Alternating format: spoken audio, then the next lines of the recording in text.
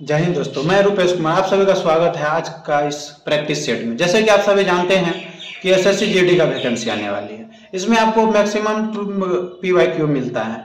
तो चलिए मैं इस पीवाईक्यू का हर एक मतलब कि 2022 से लेके 21 से लेके 19 से लेके जब मैक्सिमम जहां तक क्वेश्चन आ सकती है इसमें, वहां तक से मैं पीवाईक्यू शुरू करूंगा और 2024-2025 तक का पीवाईक्यू को उसमें इन्वॉल्व करूंगा। उसको मैं आपको समझाने का कार्य करूंगा। जैसे कि आप सभी जानते ही हैं, तो अगर किसी भी टॉपिक पे आपको एक दो लेवल आपको ऊपर रखेंगे ताकि आपको किसी भी तरह का क्वेश्चन पूछे या कुछ भी पूछे तो उसमें आपको कहीं भी परेशानी ना हो। प्रैक्टिस सेट स्टार्ट करते हैं। जैसे क्वेश्चन है, पी क्यू और आर एक कार्य को क्रमशः 9, 12 और 18 दिन में पूरा कर सकता है। एक साथ मिलकर कार्य करते हुए वो एक दिन में कितना हिस्सा काम पूरा करेगा, ये कितना हिस्सा काम पूरा करेगा वो पूछ रहा है। यहाँ देखिए, जैसे कि पी और क्यू आर ये कितना दिन में करता है, ये 9 दिन में कर रहा है, ये 12 दिन में कर रहा है और ये 18 दिन में कर रहा है। तो आप सभी जैसे कि आप सभी जानते होंगे, इन सभी का एलसीएम लेना होता है। तो इस सभी का एलसीएम होगा 18 दूना 36, 12 36, 9 चौका 36। तो अब हिस्सा पूछ रहा है, यानी कि टोटल काम हो गया आपको 36 यूनिट। तो हिस्सा बराबर क्या होगा, हिस्सा जो है इसका हिस्सा बराबर हो जाएगा, एक दिन में टोटल कितना काम किया, 4 यूनिट, 3 यूनिट प्लस 2 यूनिट, बराबर टोटल 9 यूनिट काम किया 36। जैसे कि आप सभी जानते होंगे, ऊपर जो कार्य एक दिन में होता है और टोटल नीचे लिखा था, तो ये करता है 1/4 हिस्सा। आंसर इसका 4 हिस्सा, ये होगा इसका आंसर। चलिए अगला क्वेश्चन देखते हैं। वह छोटी से छोटी संख्या ज्ञात कीजिए जिससे 18, 12 एवं 16 से भाग देने पर प्रत्येक दशा में 3 शेष बचता है, किंतु प्रत्येक से भाग देने पर 3 शेष बचता है, लेकिन यानी किंतु 7 से भाग देने पर कुछ भी शेष नहीं बचता है। जैसे कि आप 7 से अगर भाग देते हैं तो उसमें कुछ शेष नहीं बचता है। तो इसका जो है ये देखिएगा, छोटी से जैसे कि आप सभी जानते होंगे, छोटी से छोटी संख्या, जैसे कि पहले तो हम एलसीएम ले लेंगे 8, 12 और 16 का। तो इसका एलसीएम हो जाएगा, आप सभी जानते होंगे, ये सब कॉमन चीज़ है। तो ये 48 हो गया, इसमें प्लस शेष जो है, ये शेष बचता है, उसको ऐड कर देंगे तो ये 51 हो गया। तो छोटी से छोटी संख्या ये 7 से नहीं कटती है। अब इसको जो है 2 से गुना करके प्लस 3 कर देंगे, ये हो जाएगा 99, ये भी 7 से नहीं कटता है। अब इसको 3 से गुना करके प्लस 3 कर देंगे, 147 हो जाएगा, जो कि 7 से पूरा विभाजित होता है। तो इसका आंसर हो जाएगा 147। चलिए अगला क्वेश्चन देखते हैं।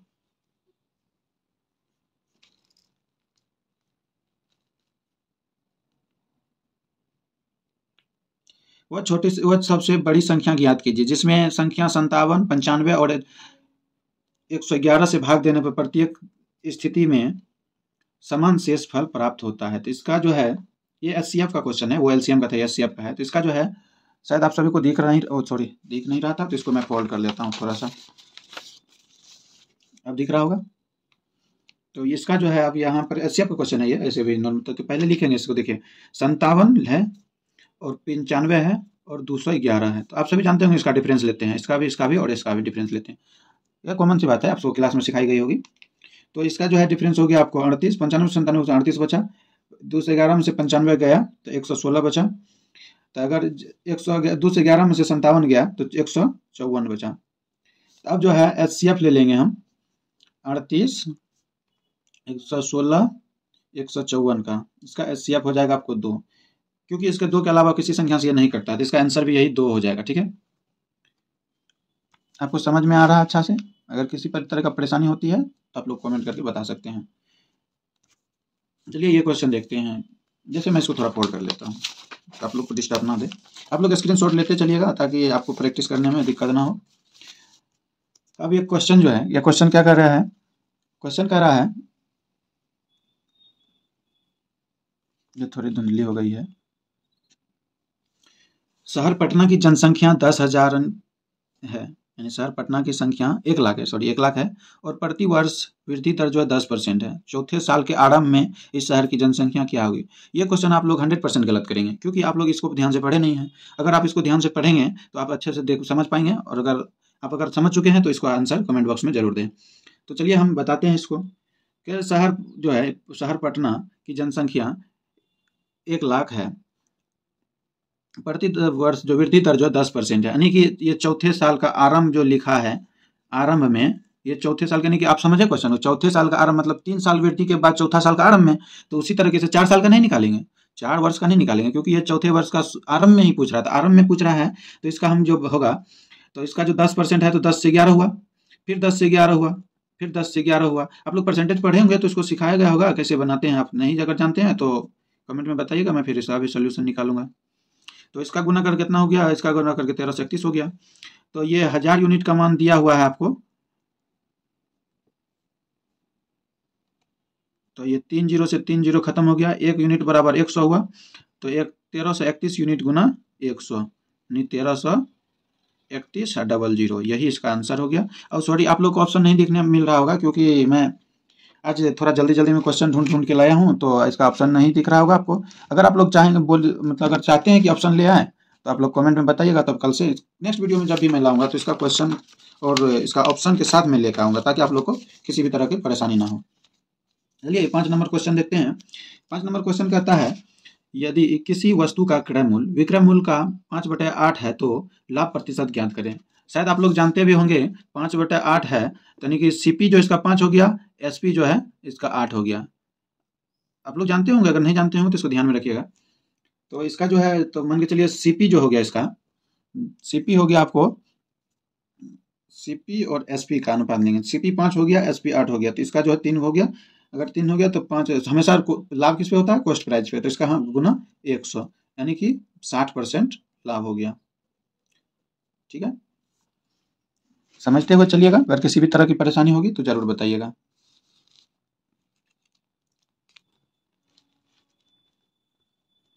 अब यहाँ आगे आपको साधारण ब्याज का क्वेश्चन, क्या साधारण ब्याज की वह दर क्या होगी, क्या है जिस पर कोई धनराशि 36 वर्ष में स्वयं का 3 गुना हो जाता है। आप लोग सभी जानते होंगे, जो कि यहाँ पर मान चलिए हम इसको फोल्ड कर लेते हैं, बार बार फोल्ड करना पड़ता है यार।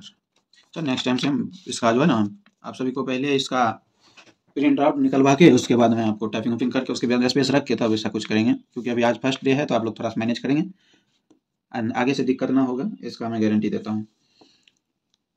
तो जैसे कि यहाँ पर कहता है, ये जो है 36 वर्ष में स्वयं का 3 गुना हुआ, 1 से 3 गुना हुआ है। आप लोग समझ पा रहे होंगे ये कितना वर्ष में हुआ, 36 वर्ष में हुआ। 36 वर्ष में हुआ है तो कितना ब्याज लगा, 2, कितना पे लगा, 1 पे, गुना 100 यानी कि 200% ब्याज लग गया, इसको 200% ब्याज लगा है। तब 1 वर्ष में क्या लगा, 1 वर्ष में, सॉरी थोड़ी सी प्रॉब्लम आ रही है, मेरे को भी लग रहा है, 1 वर्ष में 200/36, तो इसको 4 से काटते हैं तो 9 चौका 36, 50 चौका 200। तो इसको जैसे कि आप इसको भाग जब देंगे तो 9×45 बचा 5.50, 9×45, 9×45% इतना के आसपास इसका आंसर होगा। अब आप लोग थोड़ा सा दिल थाम के बैठिए, अब कंपाउंड इंटरेस्ट आने वाली है, जिससे आप सभी डरते हैं। कोई खास तो ऐसा है ही नहीं, लेकिन आप लोग को पता नहीं दूसरे के सुना बात पे आप लोग डरते रहते हैं कि हाँ ऐसे वैसे, ऐसा कुछ है नहीं। कंपाउंड इंटरेस्ट बहुत आसान चैप्टर है, जैसे कि आप लोग पढ़े नहीं होंगे, कोई आप दूसरे से सुन के बताए होंगे, कोई बोला होगा तो उसको आप दिमाग में बैठा लिए हैं, कंपाउंड इंटरेस्ट भारी है ये वो इस तरह, लेकिन ऐसा कुछ नहीं। अगर आप ध्यान से पढ़ेंगे, इसका कुछ मैं चार्ट दे दूंगा, अगर मैं इसका तो फाउंडेशन अभी पढ़ा नहीं रहा हूँ, कोशिश करूंगा अगर टाइम बचे तो मैं पढ़ाऊंगा, क्योंकि खुद भी पढ़ना रहता है ना, तो मैं पढ़ा नहीं पाऊंगा, अगर होगा तो कोशिश करूंगा मैं मैक्सिमम जो हो जाए। तो चलिए यहाँ पर जैसे कि आप सभी जानते हैं 7 नंबर क्वेश्चन में है कंपाउंड इंटरेस्ट। ऐसे भी आप लोग ज़्यादा घबराइए नहीं, कंपाउंड इंटरेस्ट साधारण ब्याज से भी आसान है। आप लोग को डरा दिया गया है तो दूसरे से जैसे सुने थे वैसे आप लोग कर रहे हैं, दूसरे से सुन के भारी बता दिया तो भारी हो गया, नहीं ऐसा कोई बात नहीं है। जैसे कि अब यहाँ पर कंपाउंड रेट क्या है इसका देखिए, क्या होता है, यदि 5% वार्षिक ब्याज दर से 3 वर्ष का चक्रवृद्धि ब्याज तथा साधारण ब्याज का अंतर जो है 122 है, तो मूलधन रुपये में ज्ञात करें। आप लोग सभी जानते होंगे इसका जो है GR मेथड जानते होंगे, 5% रेट है जो 5%, तो 1/20 हो गया। अगर कितना 3 वर्ष का कह रहा है, अगर हमको मान के चलिए मूलधन नहीं दिया हुआ तो इसको मूलधन निकालने के लिए हम इसको ना 20 का जितना वर्ष दिया हुआ उतना ही पावर लगा देंगे, तो इसका 20 का पावर होता है 8000। GR मेथड जानते होंगे, 3 साल का होता है 3:3:1, 3:3:1। तो इसका जो है अगर 5% निकालेंगे, इसका 5% आप निकाल के देख लीजिए अगर आपको भी, में से मैं बता दे रहा हूँ, इसका 5% 400 होता है, इसका भी 5% अगर निकालेंगे तो 40 होगा, तो सॉरी 20 होगा, 10% 40 होगा, 20 होगा, इसका 1 होगा। इसका भी 5% एक होगा। अब सभी निकाल लीजिएगा वैसे आपको परसेंटेज में तो आप लोग माहिर होंगे करेंगे। तो ये जो होता है ये इससे तो हमको कोई मतलब है ही नहीं। ये साधारण और चक्रवर्ती ब्याज ये फर्स्ट ईयर का होगा तो दोनों का सेम ही होता है, तो उससे हमको कोई मतलब है नहीं। तो 20 गुना 60 20 या 60 हो गया, 1 गुना 1 तो 61 यूनिट के बराबर जो इसी का मान दिया हुआ है यहाँ पर 122 तो 1 यूनिट बराबर 2 होता है। तो हमने तो 1 यूनिट का मान के रखा था 8000, तो 2 यूनिट का मान जो होगा 8000 गुना 2 गुना 16000 हो जाएगा। यही इसका आंसर होगा। आप लोग समझ पा रहे होंगे। अगर नहीं भी समझ रहे हैं तो इसको अच्छे से ध्यान से देखिएगा तो जरूर समझ में आएगा कुछ ना कुछ। चलिए इस क्वेश्चन को देखते हैं। क्या कहता है, एक कार 25 मिनट में 30 किलोमीटर और 250 मीटर की दूरी तय करती है। किलोमीटर पर आवर में कार की चाल डैश होगी, मतलब क्या होगी ये पूछ रही है।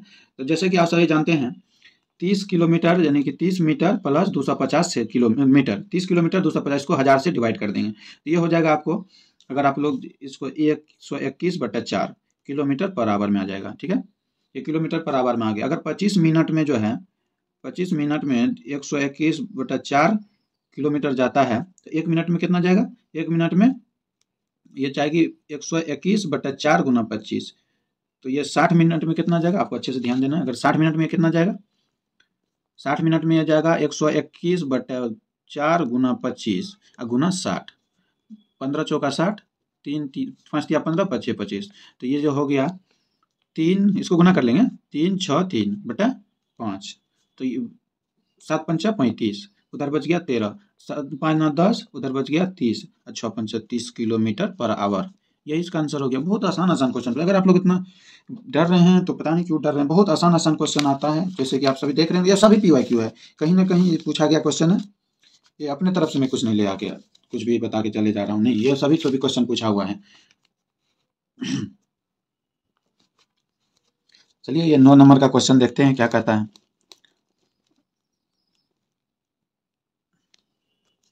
9 नंबर का कहता है ये जो है 17.5 मीटर दौड़ सकता है, जबकि 20 मीटर दौड़ सकता है। 1 किलोमीटर दौड़ में ए बी को कितने मीटर से हराएगा। तो आप सभी जानते हैं जैसे कि ए जो है ए बी का रेशियो बना लेंगे तो 17.5 ये जाता है, ये 20 जाता है, तो इसका डिफरेंस कितना हो गया 2.5। ये पॉइंट है, इसको जीरो नहीं मानेंगे, 2.5। तो अब जो है तो ये 2.5 जाता है, तो 2.5 टोटल कितना, मतलब कितना हराना 20 को 1000। जीरो पॉइंट हटा नहीं, यहाँ जीरो आएगा, 2 जीरो से 2 जीरो खत्म, 2 जीरो से 2 जीरो खत्म, इसको 5 से खत्म, 25 गुना 5 यानी 125 मीटर आंसर। चलिए 10 नंबर क्वेश्चन। चलिए इसमें भी थोड़ी सी आप सभी का मतलब कि इसको थोड़ा सा अच्छे से ध्यान से पढ़िए। पहले आप 2 बार 3 बार जितना बार हम तो समझा ही देंगे, हमको देखिए हम समझा ही देंगे, आप सभी इसको अच्छे से रीड कीजिए। पहले कहता है एक रेलगाड़ी 40 किलोमीटर प्रति घंटा की औसत चाल से चलते हुए निर्धारित समय पर अपने गंतव्य तक पहुंच जाती है। निर्धारित समय पर अपने गंतव्य तक पहुंच जाती है। जब इसकी औसत चाल 35 किलोमीटर हो तो यह अपने गंतव्य पर 15 मिनट देरी से पहुंचती है। तय की जाने वाली दूरी ज्ञात कीजिए, यानी कि दूरी पूछ रहा है कितना होगा।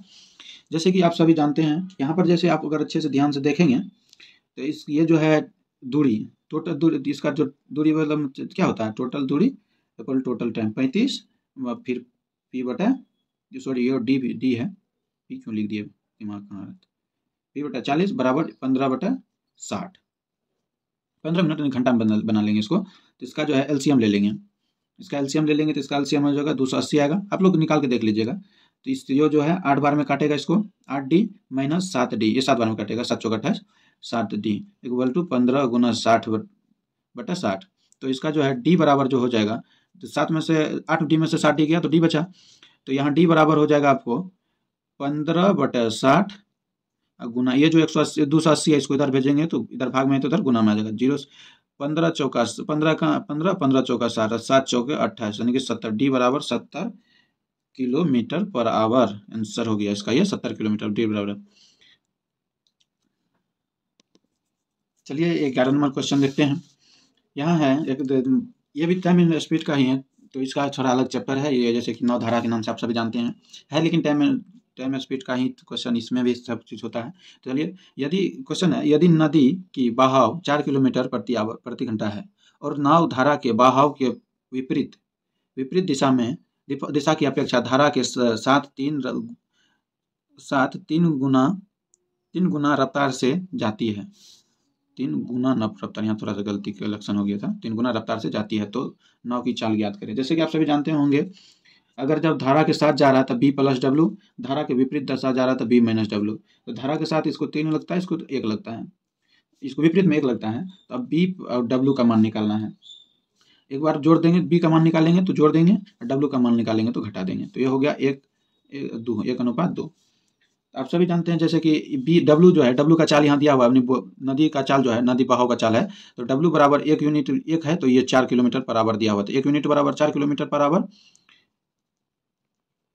तो 2 यूनिट बराबर 2 गुना 4 यानी 8 किलोमीटर प्रति घंटा। इसका यही आंसर हो गया।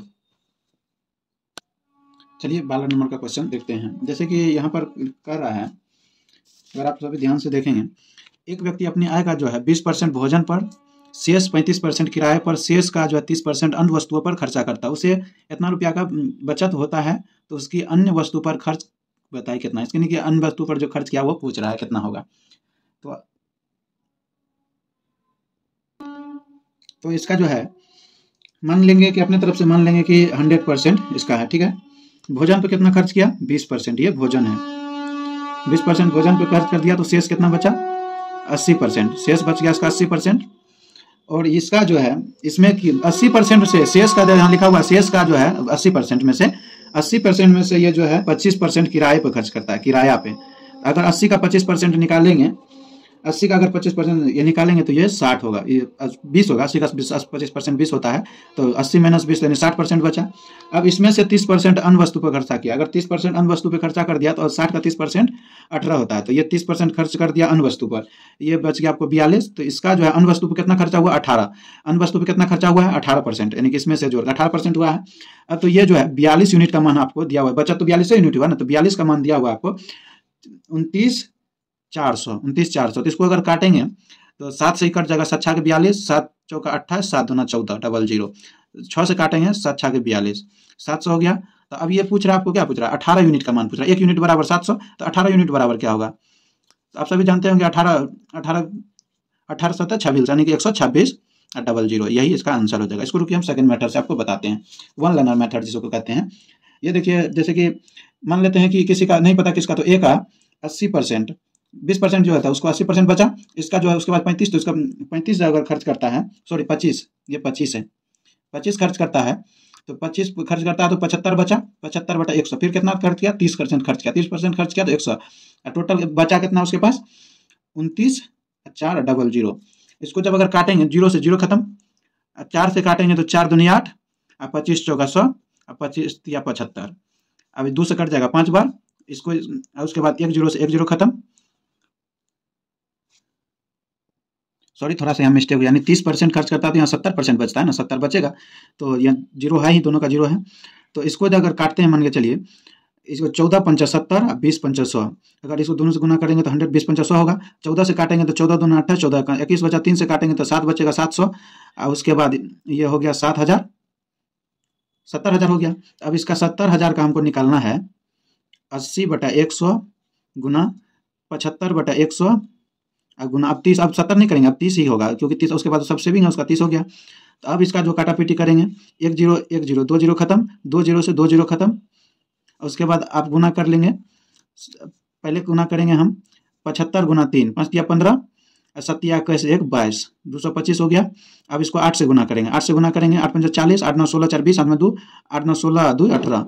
अब इसको 7 से गुना करेंगे, 00, 7 8 56 54 5 और 7 5 12, इधर इससे भी उतना ही आंसर आ गया। चलिए अब इस क्वेश्चन को देखते हैं। यहाँ पर कह रहा है राहुल जो है, राहुल 100 रुपया में, राहुल 100 रुपया में 20 संतरे बेचते हैं और 20% का लाभ कमाते हैं। तो उसने 100 रुपया में कितना संतरा खरीदा था? तो मूल्य लिखेंगे ऊपर में, मूल्य ऊपर में लिखेंगे, नीचे में लिखेंगे वस्तु, उसके बाद जैसे 100 रुपया हो गया, 20 वस्तु हो गया, ठीक है। इसको लाभ कितना हुआ? 120% लाभ हुआ, यानी कि 20% लाभ हुआ तो 120 हुआ ना। तो ये हो गया आपको 100/A/100, यानी कि दोनों को बराबर कर देंगे। जब वस्तु तो नहीं पता हमको, लेकिन प्रॉफिट तो पता है ना, 100% ही वो खरीदा होगा, उससे ज़्यादा थोड़ी खरीद सकता है, 100% में ही खरीदा होगा। तब ये दोनों को बराबर करेंगे, तब 100/20 और उसके बाद गुना 100 अब उसके बराबर 100/a गुना 120, इसको उलट जाता है ये, तो 20×500, उसके बाद